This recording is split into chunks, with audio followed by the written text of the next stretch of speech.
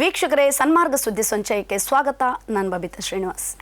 ಸಾರ್ವಜನಿಕ ಸ್ಥಳಗಳಲ್ಲಿ ನಮಾಜ್ ಮಾಡುವುದು ತಪ್ಪು ಎಂದಾದರೆ ಅದನ್ನು ಎಲ್ಲ ಧರ್ಮಗಳ ಆಚರಣೆಗಳಿಗೂ ಸಮಾನವಾಗಿ ಅನ್ವಯಿಸಬೇಕು ಎಂದು ಅಸದುದ್ದೀನ್ ಓವೈಸಿ ಆಗ್ರಹಿಸಿದ್ದಾರೆ.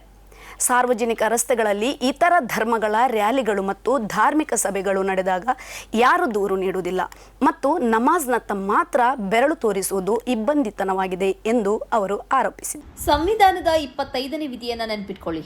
ರಸ್ತೆಯಲ್ಲಿ ಪ್ರಾರ್ಥನೆ ಮಾಡುವುದು ತಪ್ಪಾಗಿದ್ದರೆ ಎಲ್ಲಾ ಧರ್ಮಗಳ ಹಬ್ಬಗಳನ್ನು ರಸ್ತೆಯಲ್ಲಿ ನಡೆಸುವುದು ತಪ್ಪಾಗಿದೆ. ಇತರರ ಹಬ್ಬಗಳ ಸಮಯದಲ್ಲಿ ಮಾಂಸದ ಅಂಗಡಿಯನ್ನು ಮುಚ್ಚಬೇಕು ಎಂದು ನೀವು ಹೇಳಿದರೆ ರಂಜಾನ್ ತಿಂಗಳ 30 ದಿನಗಳವರೆಗೆ ಮದ್ಯದ ಅಂಗಡಿಗಳನ್ನು ಮುಚ್ಚಲು ನೀವು ಸಿದ್ಧರಾಗಿರಬೇಕು ಎಂದು ಓವೈಸಿ ಪ್ರತಿಕ್ರಿಯಿಸಿದ್ದಾರೆ.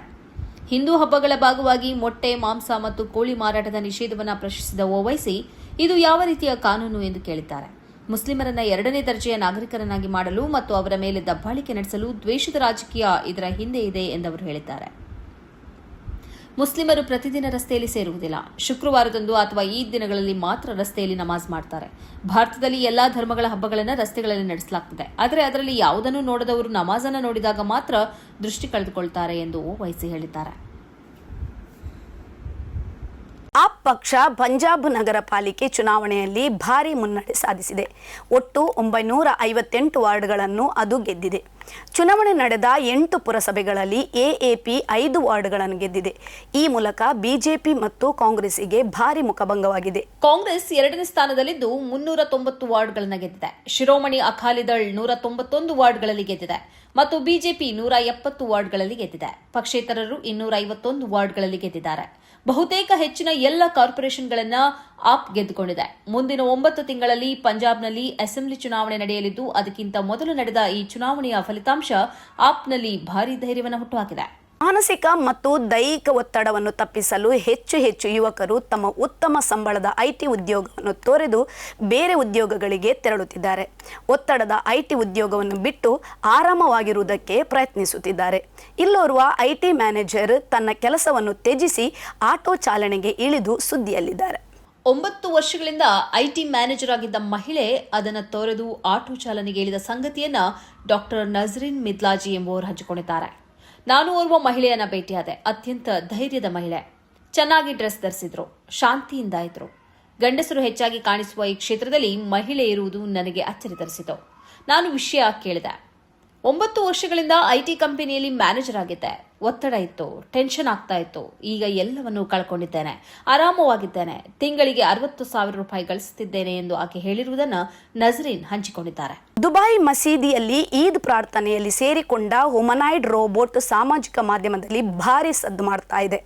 ಎಮಿರಾತಿ ಸಾಂಪ್ರದಾಯಿಕ ಉಡುಗೆ ತೊಟ್ಟ ಕಂದುರ ಮತ್ತು ಶೆಮಾಗ್ ಧರಿಸಿದ ಹುಮನಾಯ್ಡ್ ಎಲ್ಲರ ಗಮನ ಸೆಳೆದಿದೆ. ಈ ವಿಡಿಯೋ ಮೊದಲು ಯುನಿಟ್ರಿ G1 ಹುಮನಾಯ್ಡ್ ರೋಬೋಟ್ನ ಅಧಿಕೃತ ಇನ್ಸ್ಟಾಗ್ರಾಮ್ ಖಾತೆಯಲ್ಲಿ ಕಾಣಿಸಿಕೊಂಡಿತು. ಇದನ್ನು ಸ್ಥಳೀಯವಾಗಿ ಬೂ ಸುನೈದಾ ಎಂದು ಕರೆಯಲಾಗುತ್ತದೆ. ಅಲ್ಲಾಹನು ನಿಮ್ಮ ಒಳ್ಳೆಯ ಕಾರ್ಯಗಳನ್ನು ಸ್ವೀಕರಿಸಲಿ, ಈದ್ ಮುಬಾರಕ್. ಶೈಕ್ಷಣಿಕ ವಿಷಯವನ್ನು ನಮ್ಮ ಪ್ರೀತಿಯ ಮಕ್ಕಳಿಗೆ ಅರ್ಪಿಸಲು ನಾವು ಸಂತೋಷ ಪಡುತ್ತೇವೆ ಎಂಬ ಶೀರ್ಷಿಕೆಯೊಂದಿಗೆ ವಿಡಿಯೋವನ್ನು ಹಂಚಿಕೊಳ್ಳಲಾಗಿದೆ. ರೋಬೋಟ್ ಕಾರ್ನಿಂದ ಇಳಿದು ಮಸೀದಿಗೆ ನಡೆದುಕೊಂಡು ಹೋಗುವುದನ್ನು ಮತ್ತು ಹಾಜರಿದ್ದವರೊಂದಿಗೆ ಪ್ರಾರ್ಥನೆಯ ಚಲನೆಯನ್ನು ಅನುಕರಿಸುವುದನ್ನು ವಿಡಿಯೋ ತೋರಿಸುತ್ತದೆ. ಬೂಸುನೈದ ಕಳೆದ ಕೆಲವು ತಿಂಗಳುಗಳಿಂದ ಅಪಾರ ಅಭಿಮಾನಿಗಳನ್ನು ಗಳಿಸುವಲ್ಲಿ ಯಶಸ್ವಿಯಾಗಿದೆ.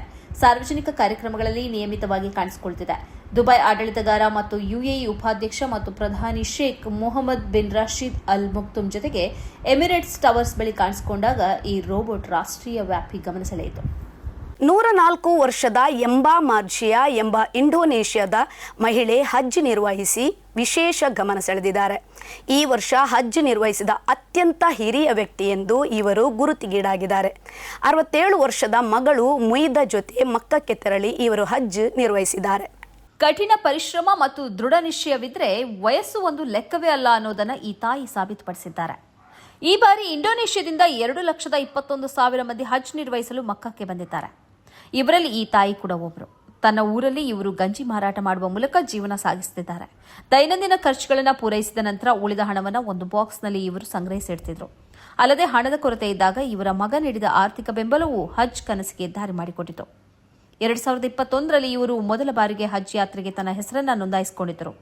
ಆದರೆ ತಾನು ಹಜ್ ಯಾತ್ರೆ ಕೈಗೊಳ್ಳುವ ಬಗ್ಗೆ ತನ್ನ ನೆರೆಹೊರೆಯವರಿಗಾಗಲಿ ಸಂಬಂಧಿಕರಿಗಾಗಲಿ ತಿಳಿಸಿರಲಿಲ್ಲ. ಹಜ್ ನಿರ್ವಹಿಸಲು ಬೇಕಾದಷ್ಟು ಹಣ ಸಂಗ್ರಹವಾದ ಬಳಿಕ ತನ್ನ ಆಸೆಯ ಬಗ್ಗೆ ಅವರು ಇತರರಿಗೆ ತಿಳಿಸಿದರು. ಕೋಲಿನ ಆಧಾರದಲ್ಲಿ ಇವರು ನಡೆಯುತ್ತಿದ್ದಾರೆ. ವೀಲ್ ಚೇರ್ನಲ್ಲಿ ಇವರು ಹಜ್ ಆಚರಣೆಗಳನ್ನು ಪೂರ್ಣಗೊಳಿಸಿದ್ದಾರೆ. ಇದು ಈ ಹೊತ್ತಿನ ಸುದ್ದಿ ಸಂಚಯ. ನಿರಂತರ ಕಾರ್ಯಕ್ರಮಗಳಿಗೆ ನೋಡ್ತಾ ಇರಿ ಸನ್ಮಾರ್ಗ ನ್ಯೂಸ್. ಸುದ್ದಿಗಳ ಸಂತೆಯಲ್ಲಿ ಸತ್ಯದ ಮುಂಬತ್ತಿ.